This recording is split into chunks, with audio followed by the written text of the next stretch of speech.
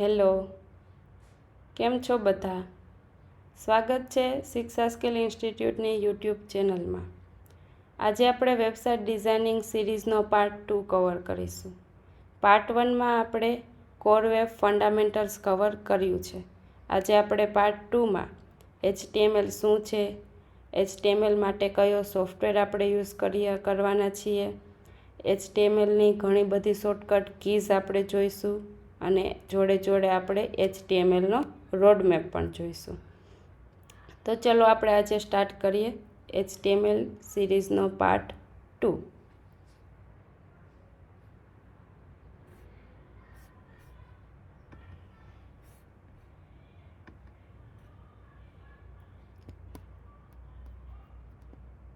જો તમને ટ્યુટોરિયલ્સ જોવાની મજા આવતી હોય અને તમને કંઈક નવું શીખવા મળતું હોય તો પ્લીઝ વિડીયોને લાઈક કરી દેજો, શેર કરજો તમારા ફ્રેન્ડ્સ જોડે અને ચેનલને સબસ્ક્રાઈબ કરી દેજો.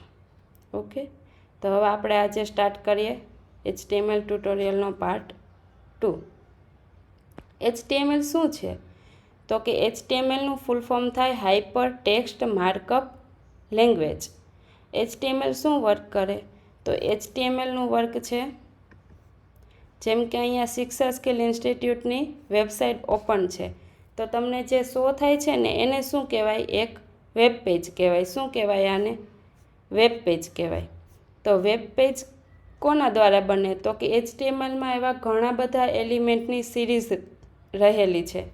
તો એ એલિમેન્ટની યુઝ કરી કોડિંગમાં અને આપણે કોડ કરી ફ્રન્ટ એન્ડ ડિઝાઇનિંગનો અને એને આઉટપુટ તરીકે આપણે બ્રાઉઝરમાં શો કરાવીએ છીએ. તો આ શું થયું?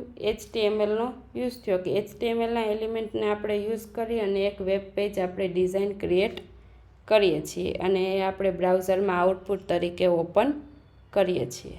ઓકે, તો HTMLનું કોડિંગ કરવા માટે આપણે VS કોડ સોફ્ટવેરનો યુઝ કરીશું. ઘણા બધા સોફ્ટવેર યુઝ થાય છે પણ આપણે અત્યારે આખી સિરીઝમાં VSનો યુઝ કરીશું, વિઝ્યુઅલ સ્ટુડિયોનો. તો એને ડાઉનલોડ કરવા માટે આપણે ન્યૂ ટેબમાં ટાઈપ કરીશું ડાઉનલોડ VS કોડ કરી અને ટાઈપ કરીશું. તો જે આ પહેલી લિંક આવે તેના ઉપર ક્લિક કરશો એટલે તમને ડાઉનલોડ માટેની ફાઇલ પેજ ઓપન થઈ જશે. હવે બીજું છે કે હું તમને જોડે જોડે વિડીયોના ડિસ્ક્રિપ્શનમાં એક નોટ ફાઇલ પણ શેર કરીશ, જેમાં તમને VS કોડ ડાઉનલોડ માટેની લિંક આપેલી હશે, ત્યાંથી પણ તમે ડાઉનલોડ ડાયરેક્ટ કરી શકો. ઓકે, હવે અહીંયા વિન્ડોઝ છે, લિનક્સ ઉબુન્ટુ છે અને મેક છે. તમારા પીસીમાં જે સિસ્ટમ ઇન્સ્ટોલ કરેલી હોય એના રિલેટેડ તમે અહીંથી VS કોડ ડાઉનલોડ કરી શકો છો. ડાઉનલોડ થઈ ગયા બાદ તમે ડાઉનલોડ ફોલ્ડરની અંદર જશો એટલે VS કોડ ડાઉનલોડની ફાઇલ ત્યાં ડાઉનલોડ થઈ ગઈ હશે. તેના ઉપર ક્લિક કરશો એટલે ઇન્સ્ટોલની પ્રોસેસ ચાલુ થઈ જશે. નેક્સ્ટ કરી અને ઇન્સ્ટોલ ઉપર ક્લિક કરશો એટલે તમારા પીસીમાં VS કોડ ઇન્સ્ટોલ થઈ જશે. મારા પીસીમાં ઓલરેડી VS કોડ ઇન્સ્ટોલ કરેલો છે એટલે હું એ પ્રોસેસ કરતી નથી.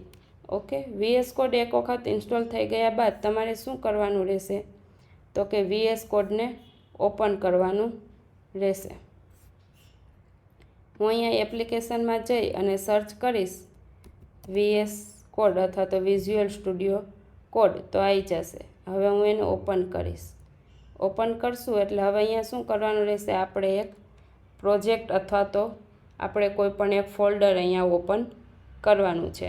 હવે જેની અંદર આપણે આખા ટ્યુટોરિયલનું કોડિંગ કરીશું અથવા તો તમારે જે પણ ફોલ્ડરમાં તમારો પ્રોજેક્ટનો કોડ જે સ્ટોર કરવાનો હોય ડેટા, એ ફોલ્ડરની અંદર આપણે એક ફોલ્ડર ક્રિએટ કરીશું.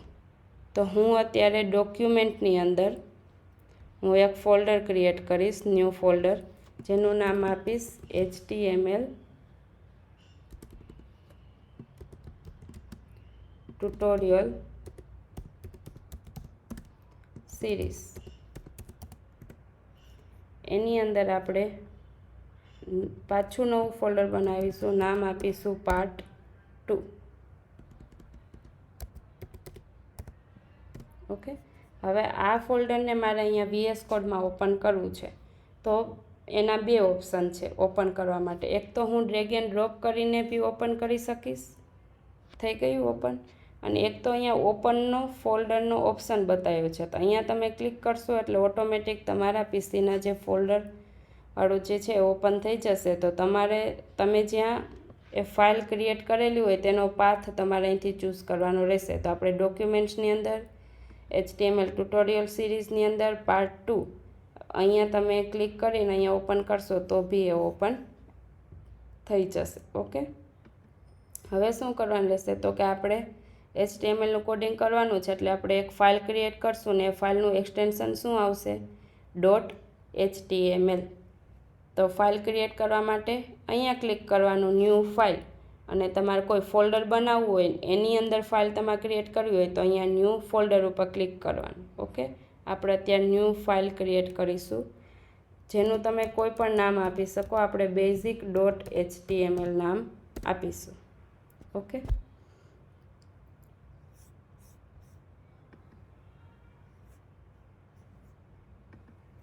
હવે આપણે અહીંયા શું કરવાનું તો કે કોડિંગ કરવા માટે સૌથી પહેલાં HTMLનું કોડિંગ કરવા માટે ડોક ટાઈપથી સ્ટાર્ટ થાય.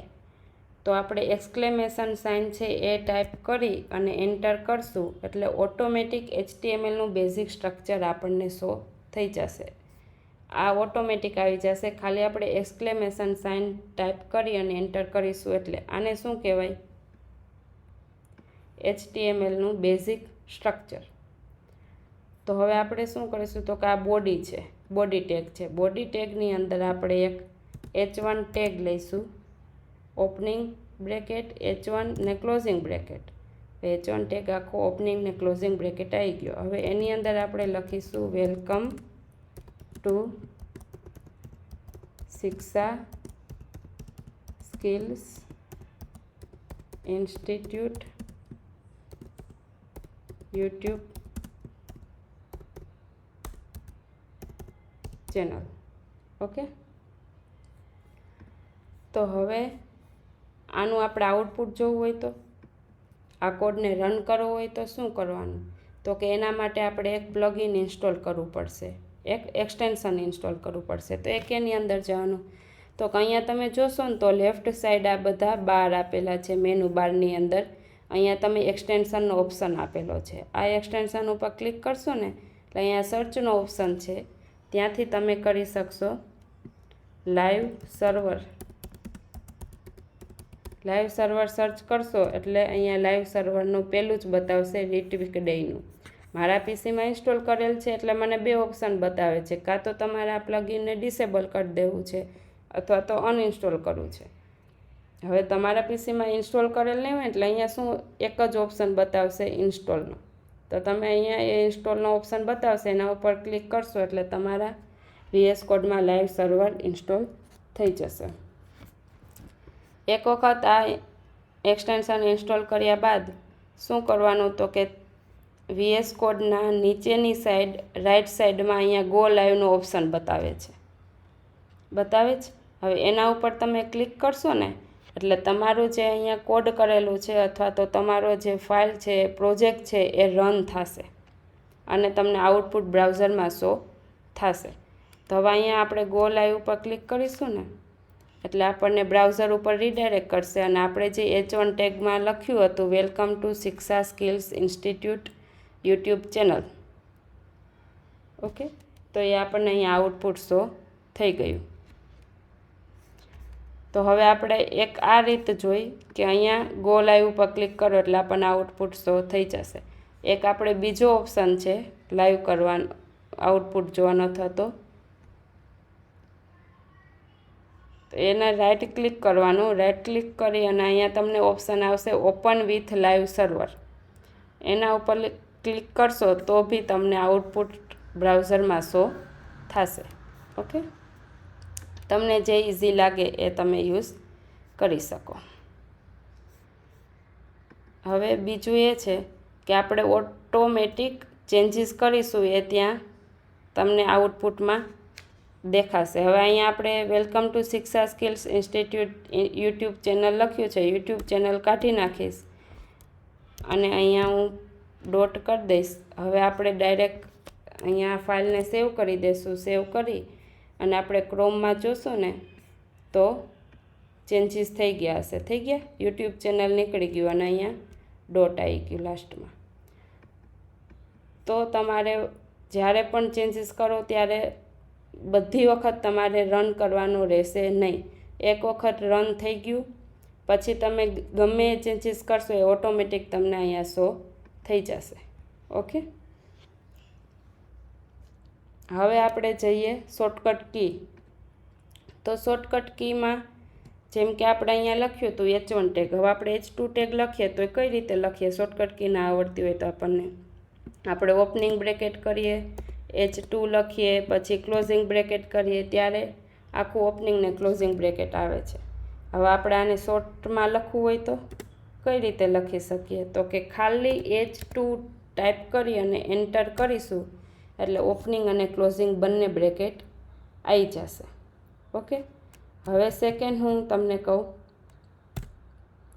કે તમારે કોઈ ટેગની અંદર બીજો ટેગ લેવો છે. જેમ કે ડીવ ટેગ છે, આપણે ડીવ ટેગની અંદર મારે લિસ્ટ બનાવવું છે તો એની અંદર મેં UL ટેગ લીધો અને એની અંદર મેં LI ટેગ લીધો લિસ્ટ માટે.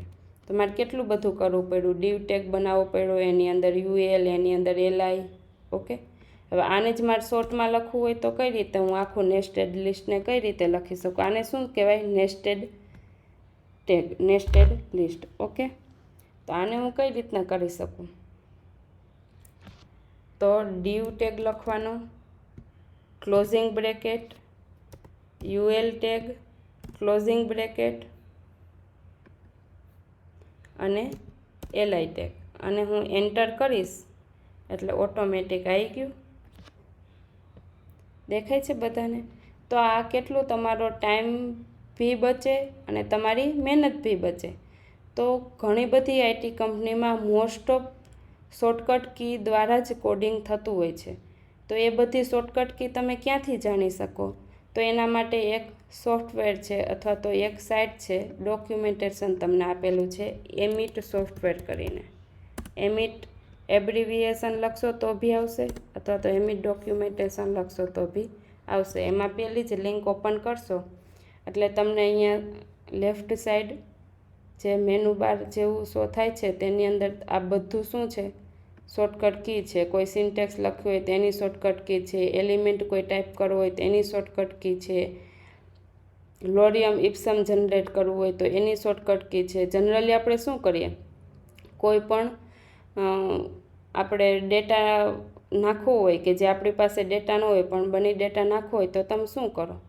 તો કે લોરિયમ ઇપ્સમ અહીંયા તમે સર્ચ કરો,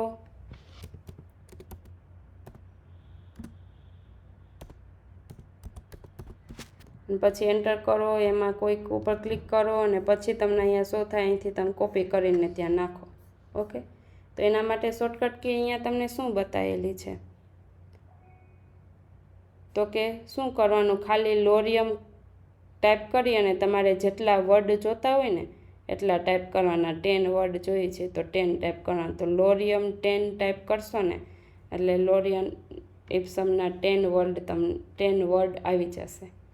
હવે એવી રીતના તમારે 4 ટાઈમ્સ કરવું હોય તો આઇટમ ઇન્ટુ 4 કરવાનું એટલે 4 ટાઈમ્સ આવશે. 1 2 3 4.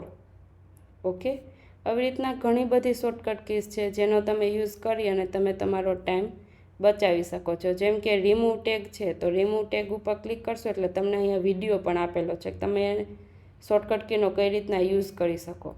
અથવા તો અહીંયા ટ્રાય ઇટ સેલ્ફનો ઓપ્શન આપેલો છે કે તમે તમારી જાતે જ અહીંયા ટ્રાય કરી શકો કે આ શોર્ટકટ કીનો આપણે કઈ રીતે યુઝ કરી શકીએ. તો કોઈ પણ ટેગ રિમૂવ કરવો હોય, નાના કોડમાં તો ઇઝી થઈ રહે ટેગ રિમૂવ કરવો હોય તો, પણ જ્યારે બહુ મોટો કોડ હોય, જ્યારે બહુ મોટો પ્રોજેક્ટ હોય, એના કોડ બહુ લાંબા હોય તો એમાંથી તમારે કોઈ પણ એક ટેગ રિમૂવ કરવો હોય ને તો આ ડીવ ટેગ છે, ડીવ ટેગ અહીંયા સ્ટાર્ટ કર્યો છે તો હવે અહીંયા પૂરો થયો છે. ઓકે, હવે બહુ મોટો કોડ હોય ને તો આ ડીવ ટેગ લાસ્ટમાં પૂરો થતો હોય તો એ કોડમાં તમે સ્ક્રોલ કરો અને ડીવ ટેગ જ્યાં ક્લોઝ થતો હોય તે તમે ફાઇન્ડ કરો ને ત્યાંથી તમે નીકાળવા જાઓ.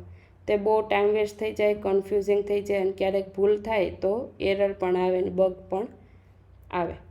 તો હવે એનું સિમ્પલ સોલ્યુશન શું છે તો કે તમારે જે પણ ટેગ રિમૂવ કરવો હોય ને એના ઉપર કર્સર રાખી અને શું કરવાનું, કમાન્ડ કે કરવાનું. કમાન્ડ અથવા તો વિન્ડોઝ માટે કંટ્રોલ કે.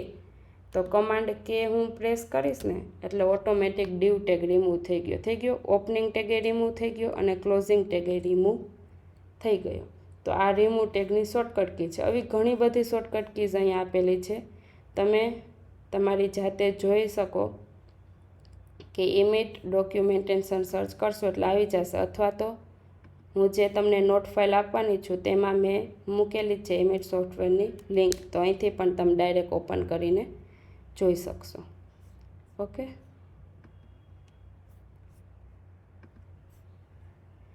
શોર્ટકટ કી ઘણી બધી છે, આપણે થોડી સમજ્યા, થોડી તમે તમારી જાતે ઇમેજ સોફ્ટવેરમાંથી જોઈ અને ટ્રાય કરજો. ઓકે, હવે આપણે આગળ જઈશું HTMLનો રોડમેપ જોઈશું. તો HTMLના રોડમેપમાં આપણે શું કવર કરવાના છીએ HTMLમાં. તો HTMLમાં આપણે HTML ટેગ કન્સેપ્ટ અને HTML ડોક્યુમેન્ટ સ્ટ્રક્ચર.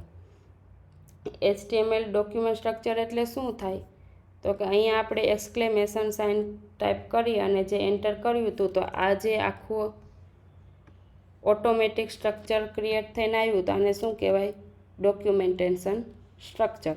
તો હવે એનો યુઝ શું થાય, આમાં ઘણા બધા ટેગ છે, હેડ ટેગ છે, બોડી ટેગ છે, ટાઇટલ ટેગ છે, ડોક ટાઈપ છે, આ બધાનો શું યુઝ થાય, મેટા ટેગ છે.